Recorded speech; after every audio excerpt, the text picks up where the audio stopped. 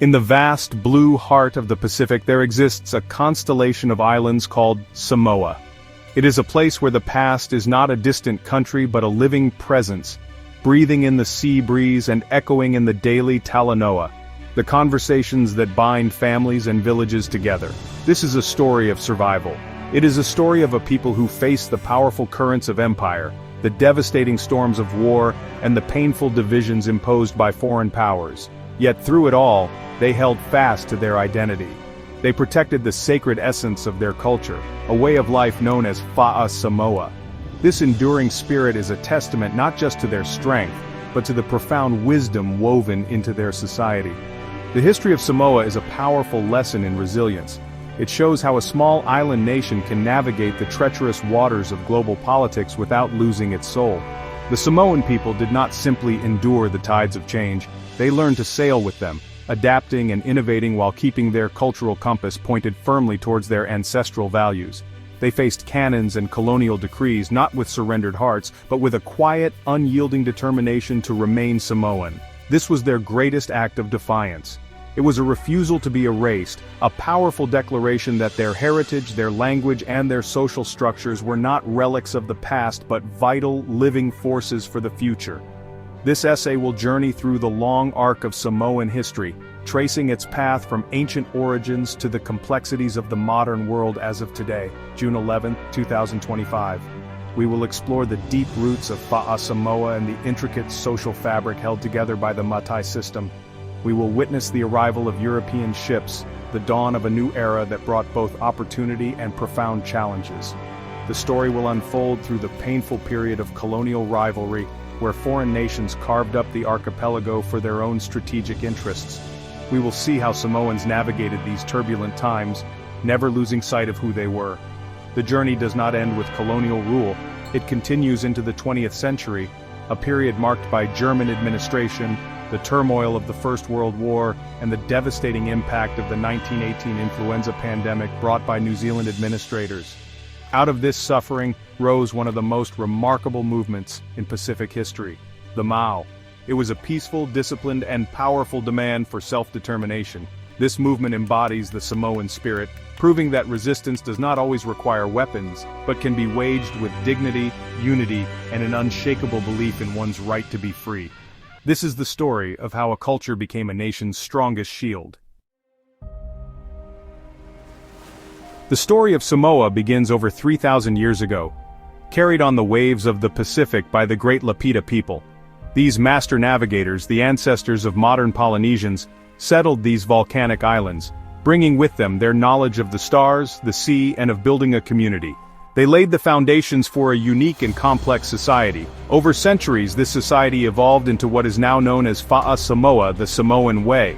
It is not just a set of customs, it is a complete worldview. It is a philosophy that governs every aspect of life, from family relationships to politics, from religion to art. It is the invisible thread that connects every Samoan to their ancestors and to each other.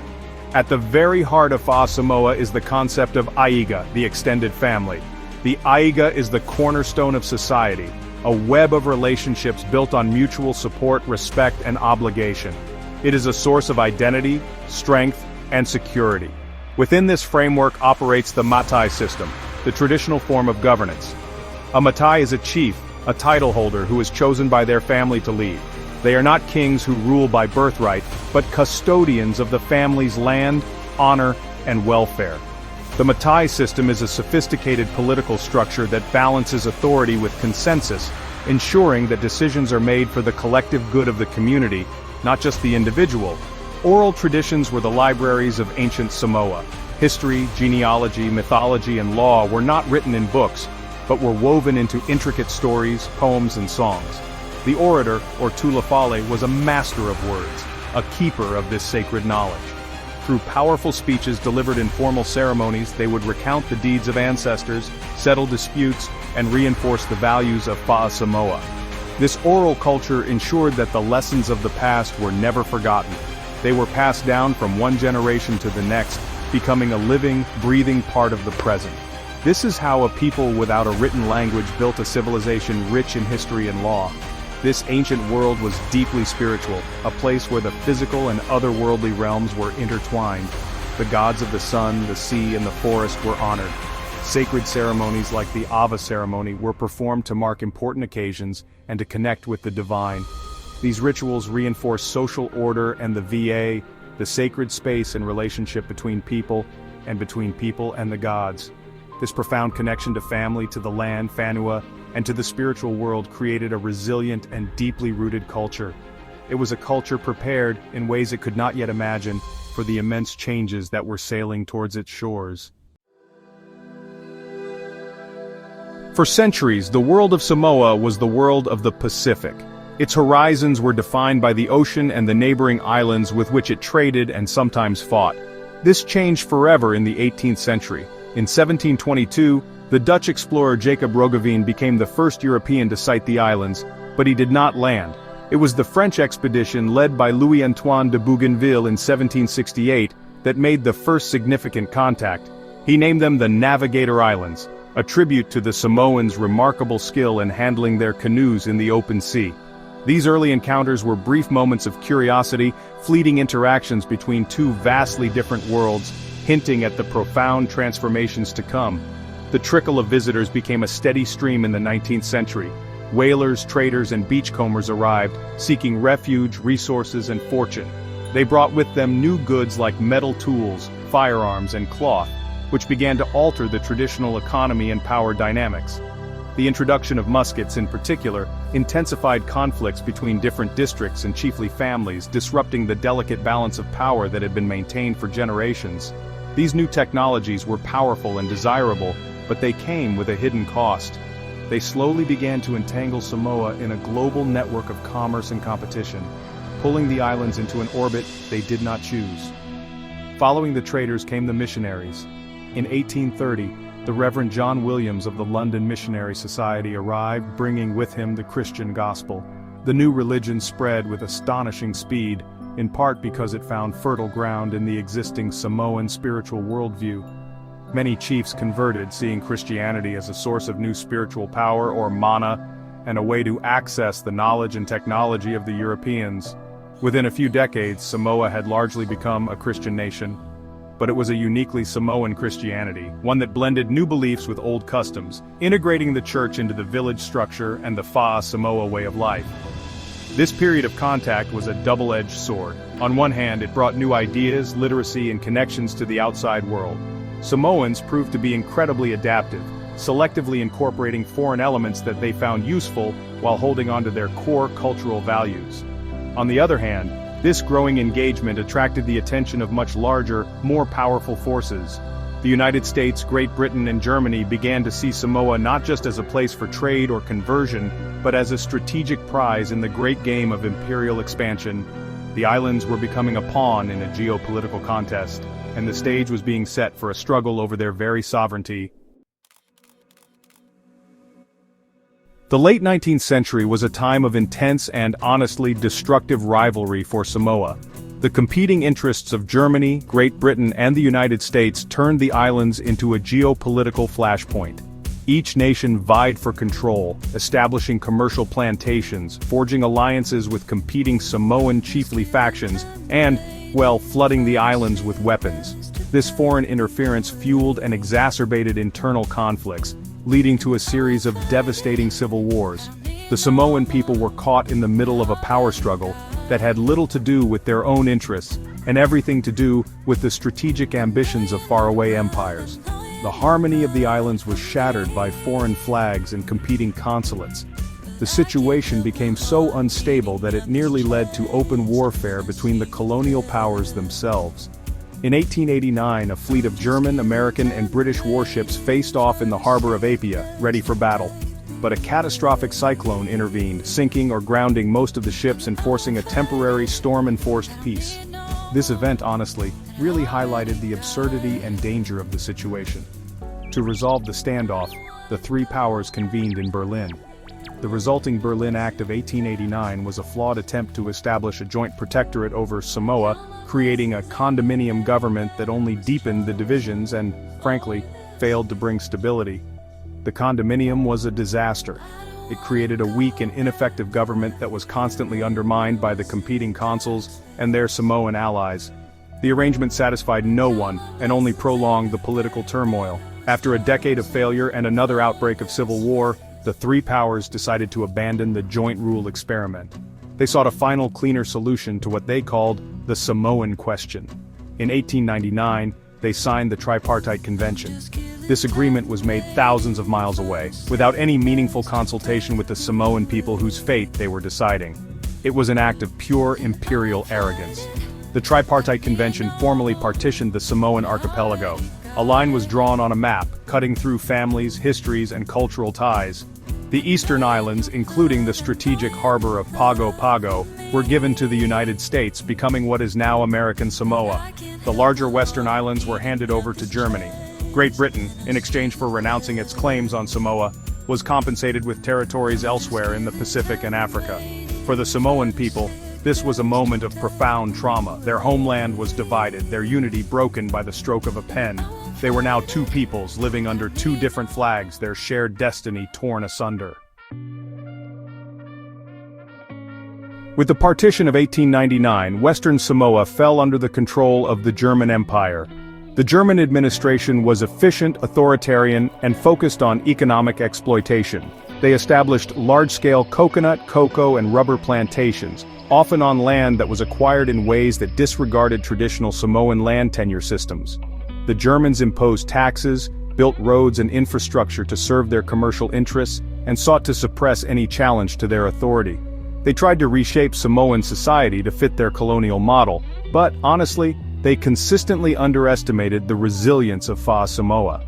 The Matai system, though challenged, continued to function as the true source of authority in the villages. The outbreak of the First World War in 1914 abruptly ended German rule. At the request of Great Britain, a military force from New Zealand sailed to Samoa and seized the colony without a single shot being fired. The German administrators surrendered, and Western Samoa was placed under New Zealand's military occupation. For many Samoans, it was simply the exchange of one foreign master for another. They hoped for a more enlightened administration, but the early years of New Zealand's rule would bring a tragedy far worse than any they had endured under the Germans. The change of flags did not bring the freedom or respect they yearned for. In November 1918, a New Zealand passenger and cargo ship, the SS Talon, arrived in Apia. It was knowingly allowed to dock despite carrying passengers infected with the deadly Spanish influenza. The Colonial administration failed to enforce quarantine procedures, a decision that would have catastrophic consequences. The virus swept through the immunologically naive population with terrifying speed and ferocity. Within a matter of months, an estimated 8,500 people, over 20% of the entire population of Western Samoa, had perished. Entire families were wiped out and villages were left devastated. This event, known as the Olafiu Olapalagi, or the Great Anger Against the Foreigner, created a deep and lasting resentment towards the New Zealand administration. After the war, the League of Nations formalized New Zealand's control, granting it a Class C mandate to govern Western Samoa. The administration continued to be paternalistic and often honestly incompetent, failing to understand or respect Fa'a Samoa. They attempted to impose individualistic land laws and undermine the authority of the Matai, viewing the traditional system as an obstacle to progress. The immense grief from the influenza pandemic, combined with these ongoing administrative failures and cultural insensitivities, created a fertile ground for resistance. The desire for self-rule, which had always simmered beneath the surface, began to coalesce into an organized and powerful force. The widespread discontent with New Zealand's rule gave birth to the Mau movement. The word Mau translates to opinion or testimony, and the movement's slogan was Samoa Mo Samoa, Samoa for Samoans. It was not simply a political protest, it was a nationwide movement of disciplined, non-violent civil disobedience rooted deeply in Samoan cultural values. The Mau was led by a powerful mix of traditional Matai and forward-thinking Samoans, including the charismatic leader Tupua Tamasese Lealofi III. The movement's primary goal was clear: to achieve self-government and rid their islands of the deeply flawed New Zealand administration. It was a quest for dignity and sovereignty. The Mau organized its own parallel government. They held their own councils, collected their own taxes, and patrolled their own villages, effectively boycotting the colonial administration. Adherents to the Mau refused to cooperate with New Zealand authorities. They would not pay colonial taxes, they ignored colonial laws, and they withdrew their children from government schools. This campaign of passive resistance brought the colonial administration to a near standstill. The movement's strength lay in its unity and its deep connection to Fa'a Samoa. It was a modern political movement that used traditional structures and discipline to achieve its aims, really proving the adaptability and power of Samoan culture. The New Zealand administration responded with increasing frustration and force. They arrested Mau leaders, exiled them, and attempted to break the movement's resolve. The conflict reached its tragic climax on December 28, 1929. On that day, which would become known as Black Saturday, the Mau organized a peaceful parade in Apia to welcome home an exiled leader. The colonial police attempted to arrest one of the marchers, and a scuffle broke out. The police then opened fire on the unarmed crowd. Among the dead was the paramount chief Tupua Tamasese Lealofi III, who, as he lay dying, pleaded with his followers to keep the protest peaceful and not seek revenge. The death of Tupua Tamasese Lealofi III turned him into a martyr for the cause of Samoan independence. His final words, "My blood has been spilt for Samoa. I am proud to give it. Do not dream of avenging it, as it was spilt in peace. If I die, peace must be maintained at any price," became a rallying cry for the movement. Black Saturday horrified many in New Zealand and brought international attention to the situation in Samoa. While the administration suppressed the Mau with force in the immediate aftermath, the movement never truly died. It had planted the seeds of independence so deeply in the hearts of the Samoan people that their eventual freedom was now, honestly, inevitable. The sacrifices of the Mau movement and the shifting global attitudes towards colonialism after the Second World War paved the way for Samoa's freedom. The United Nations replaced the old League of Nations mandate with a trusteeship, but the goal was now explicitly geared towards self-government. A series of constitutional conventions were held in the 1950s, where Samoan leaders worked to create a government that would blend Western democratic principles with the traditions of Fa'a Samoa. They carefully designed a system where the head of state would be chosen from among the paramount chiefs, and where only Matai could vote and stand for parliament, ensuring that their cherished cultural system remained at the core of the new nation. On January 1, 1962, Western Samoa became the first Polynesian nation to regain its independence in the 20th century. It was a moment of immense pride and celebration. The new flag was raised, and the dream of Samoa Mo Samoa was finally realized. The nation embarked on its journey of self-rule with a unique political structure, one that honored its past while looking to the future. The Constitution itself was a testament to cultural resilience, a document that enshrined Fa'a Samoa as the foundation of the state. The first Prime Minister, Fiame Mataafa Faumuina Mulinu II, was a leading chief and a key figure in the transition, embodying the fusion of tradition and modernity. In the decades since independence, Samoa has navigated the challenges of nationhood with remarkable stability. In 1997, the country officially changed its name from Western Samoa to Samoa, a symbolic act that asserted its identity as the heart of the Samoan archipelago. The political system has also evolved. A universal suffrage referendum in 1990 granted all citizens over the age of 21 the right to vote, expanding democracy while still requiring parliamentary candidates to hold a Matai title. This careful balancing act demonstrates Samoa's ongoing commitment to adapting its traditions to meet the needs of a modern state without discarding them. This has allowed for a peaceful political landscape, which is honestly a rarity in many post-colonial nations. Today, on June 11, 2025, Samoa stands as a proud and sovereign nation. It faces contemporary challenges such as economic development, climate change and sea level rise, and managing the relationship with its large and influential diaspora. Yet its strength continues to be drawn from the deep well of its culture. The Iga system provides a social safety net, and the Matai system remains a vital part of governance. The enduring legacy of the Mau movement is a constant reminder of the power of peaceful resistance and the unyielding desire for self-determination. Samoa's journey is a powerful story of how a people armed with the strength of their culture can withstand empires, heal from division, and forge their own destiny.